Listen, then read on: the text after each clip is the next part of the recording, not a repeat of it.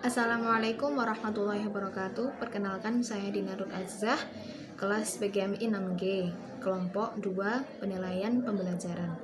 Di sini saya akan menjelaskan tentang pengertian dari karakteristik penilaian. Yang pertama yaitu adalah karakteristik. Sebenarnya apa sih karakteristik itu? Karakteristik itu adalah sifat-sifat kejiwaan. Kalau dalam Kamus Bahasa Indonesia itu memiliki arti seperti itu. Juga budi pekerti atau akhlak seseorang yang membedakan dengan orang lain. Ada juga yang menyebutnya sebagai watak dan juga tabiat.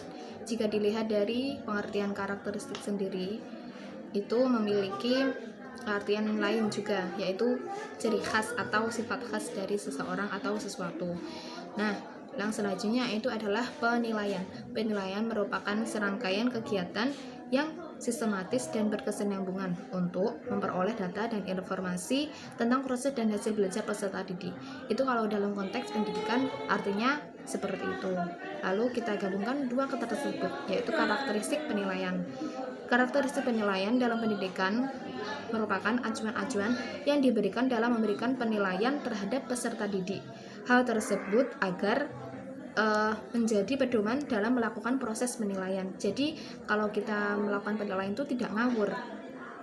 Lalu acuan-acuan yang digunakan itu berperan sebagai bentuk pertimbangan dan pengambilan keputusan yang berkaitan dengan peserta didik. Sekian dari saya. Baik, yang kedua yaitu materi macam-macam karakteristik penilaian. Di sini saya akan menjelaskan macam-macam karakteristik penilaian. Di makalah itu disebutkan ada 8. Yang pertama yaitu tes tertulis. Tes tertulis itu ya bentuknya berupa bentuk tulisan. Seperti apa? Seperti pilihan ganda, isian, atau uraian, atau mencocokkan atau menjodohkan suatu kalimat atau gambar yang benar atau salah, seperti itu. Lalu yang kedua itu ada tes perbuatan. Jadi tes perbuatan ini diambil untuk mengetahui kemampuan siswa. Nah, di situ dari segi kognitif atau keterampilan. Seperti contoh materi fikih tentang sholat. Seperti halnya sholat subuh. Sholat subuh itu disuruh menyebutkan apa saja yang di dalam yang dibacanya itu apa saja. Lalu ada sunnah yaitu membaca doa kunut. Nah, kunut itu lafalnya seperti apa? Jadi siswa itu juga mempraktekkan. Nah, di situ ya. Lalu yang ketiga yaitu pemberian tugas. Jadi ketika awal pembelajaran sampai akhir pembelajaran kita memberi materi, setelah itu kita beri tugas. Di sini kita akan mengetahui pemahaman atau peresapan materi yang telah dipahami atau yang diresap oleh siswa. Jadi kita tahu sejauh mana sih materi yang telah diresap oleh siswa itu, seperti itu. Lalu ada penilaian proyek. Jadi penilaian proyek ini juga penilaian berbasis kelas. Nah, di sini siswa itu disuruh menganalisa atau menganalisis, seperti contoh materi IPA tentang pertumbuhan kecamba.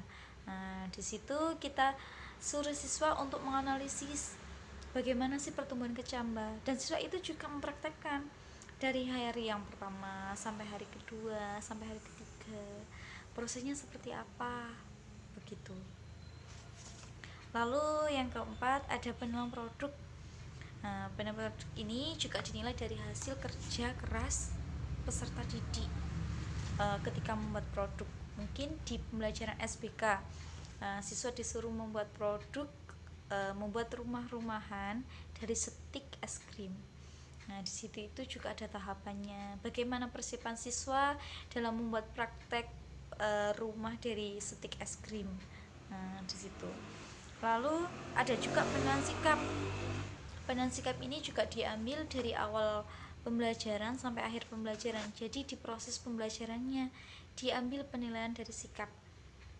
Seperti apa penilaian sikap itu? Jadi ketika awal pembelajaran sampai akhir pembelajaran, siswa itu memperhatikan atau tidak. Bagaimana sikapnya ketika kita memberi materi? Bagaimana responnya? Apakah mereka aktif? Atau mereka respon dengan materi yang telah kita sampaikan? Nah, itu bisa dinilai gitu.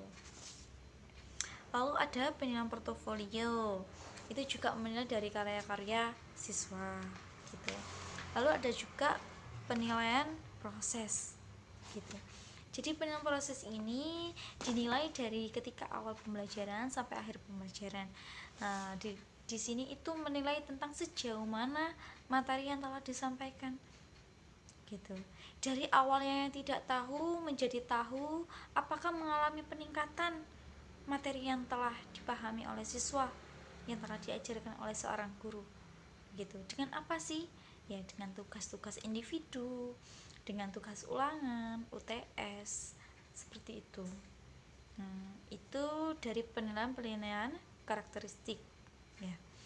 Jadi tadi ada 8 ya. Saya lupa ada yang terakhir yaitu tes lisan. Bagaimana penilaian tes lisan itu? Di situ kita bisa menilai dengan cara kita bertanya kepada siswa satu persatu tentang materi yang telah kita sampaikan. Apakah mereka memahami materi yang kita sampaikan atau tidak, itu terlihat ketika kita mewawancarai siswa tersebut gitu. Jadi itu ya macam-macam karakteristik penilaian. Saya Siti Halimah selanjutnya akan menjelaskan poin yang C, yaitu tentang pengertian kompetensi penilaian dan teknik penilaian. Jadi sebelum itu kita harus mengetahui terlebih dahulu apa itu arti dari kompetensi. Nah, kompetensi itu berarti sebuah karakteristik pada seseorang yang berdampak pada performa yang unggul dan efektif di tempat kerja. Nah, lalu apa sih karakteristik tersebut kok sehingga kita bisa menyebutnya itu sebagai sebuah kompetensi? Nah, menurut ahli Dev Uhrid pada tahun 2001, karakteristik tersebut itu meliputi seperti pengetahuan dan keahlian atau skill. Jadi kompetensi yang dimiliki oleh seorang guru itu tidak hanya kemampuan dalam menjalankan tugas-tugasnya, melainkan juga mereka harus mempunyai pengetahuan dan keahlian dalam bidangnya. Jadi tidak sembarang orang itu bisa melakukan tugas-tugas. Hanya orang-orang yang memiliki keahlian tertentu di bidangnya masing-masing. Nah, selanjutnya arti dari penilaian. Nah, penilaian dalam konteks ini itu berarti sebuah kegiatan untuk memberikan berbagai informasi secara berkesinambungan dan menyeluruh tentang proses dan hasil yang telah dicapai oleh siswa dalam pembelajaran. Nah, kata menyeluruh itu mengandung arti bahwa penilaian tidak hanya ditujukan pada penguasaan salah satu bidang tertentu, tetapi juga mencakupi berbagai aspek seperti pengetahuan, sikap, keterampilan, dan nilai-nilai.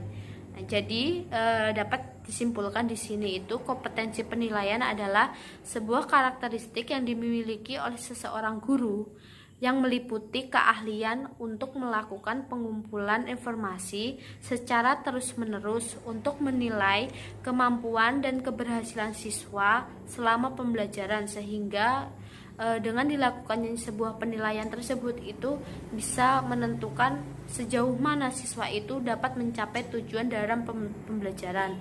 Nah, dan juga dalam melakukan penilaian itu harus dilakukan secara menyeluruh, baik dalam aspek pengetahuan, sikap maupun keterampilan. Dan yang selanjutnya itu adalah teknik penilaian. Nah, dalam kompetensi penilaian ada beberapa kriteria yang harus diperhatikan sebelum melakukan sebuah teknik penilaian. Yang pertama yaitu adalah guru harus mampu memiliki sebuah prosedur-prosedur untuk melakukan penilaian. Yang kedua, guru harus mampu mengembangkan prosedur-prosedur tersebut sehingga dapat berjalan.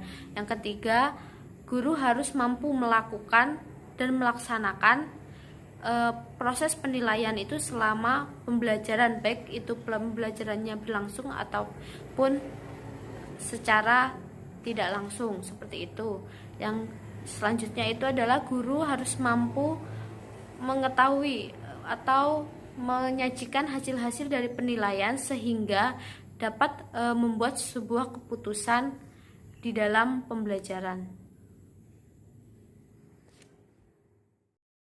Saya Rizky Amalia Isnasari, absen 14, akan menjelaskan mengenai macam-macam kompetensi dan teknik penilaian. Yang pertama yaitu kompetensi inti 1 atau membahas tentang sikap spiritual. Sikap spiritual ini merupakan kompetensi yang pertama, dan inilah salah satu kompetensi siswa yang dinilai oleh pendidik.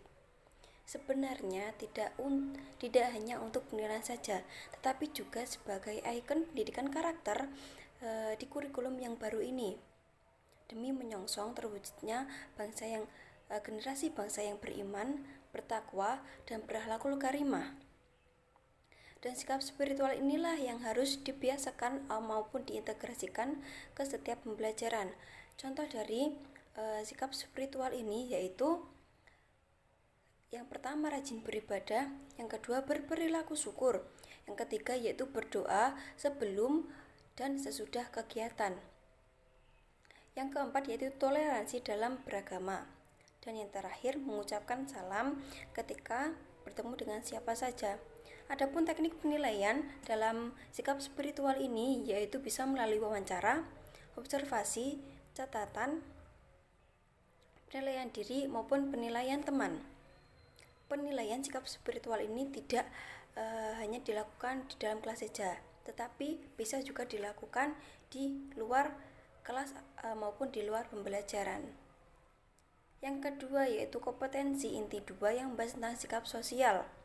Sikap sosial ini merupakan salah satu perilaku yang digunakan ketika seseorang sedang bersosial dengan orang lain. Contohnya, gotong royong, santun, disiplin, jujur, toleransi, maupun percaya diri.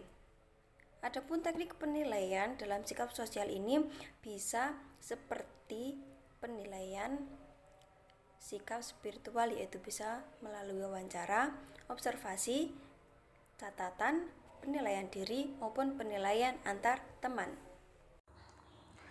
Saya Maya Trisnawati, absen 24. Di sini saya akan menjelaskan tentang macam-macam kompetensi dan teknik penilaian.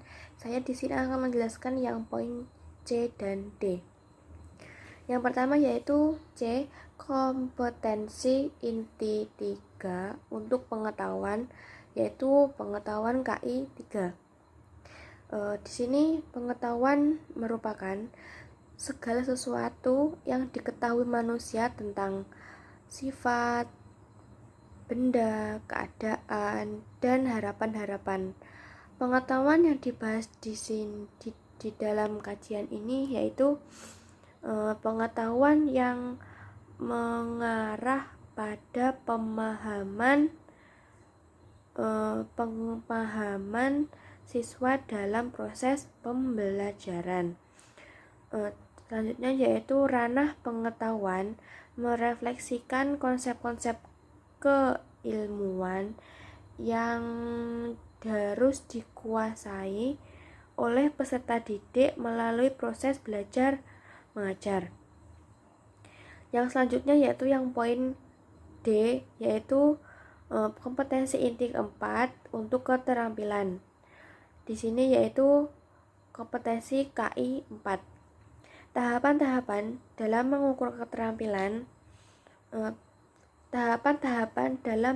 keterampilan peserta didik diantaranya diperoleh melalui aktivitas mengamati, menanya, mencoba, menalar, menyaji, dan mencipta. Sekian dari saya, terima kasih. Wassalamualaikum warahmatullahi wabarakatuh.